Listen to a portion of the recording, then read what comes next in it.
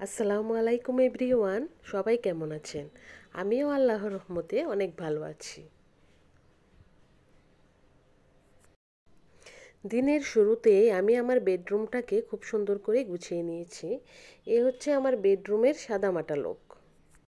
আর এটা হলো শুটকির ভর্তা। আজকের সকালের খাবারের মেনুতে ছিল শুটকির ভর্তা আর শিমের বিচির ভাত। সকাল গড়িয়ে দুপুর হতে চলেছে, 12টা 15 বাজে। আমাদের সকালের এখনও নাস্তা খাওয়া হয়নি। শুটকির ভর্তা আর ডিমের সাথে এই ভাতটা খেতে কিন্তু দারুণ মজার হয়। তো ঝটপট সকালের নাস্তাটা খেয়ে নিলাম। এখন দুপুরের রান্নাটা সেরে নেব। আজকে সিম দিয়ে কেচকি মাছ রান্না করব। সিমগুলোকে কেটে নিয়েছি এরকম করে, মাছগুলোকে ধুয়ে নিয়েছি।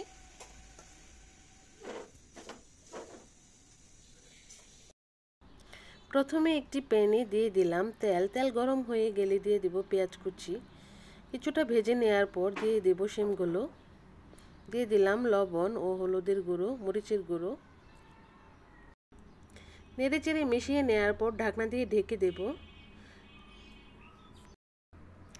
সাথে দিয়ে দিয়েছিলাম 2টার মতো টমেটো। কেচকি মাছ দিয়েও তরকারিটা ভালোভাবে কষিয়ে নিয়েছি।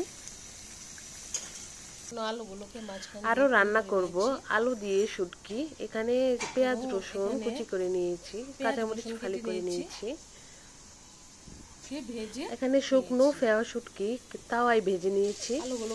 একটি প্যানে তেল দিয়ে আলু দিয়ে দিয়েছি। এখন হলুদ আর লবণ দিয়ে আলুটাকে ভালোভাবে ভেজে নেব। আর এদিকে আমার কাচকি মাছটাও রান্না হয়ে গিয়েছে।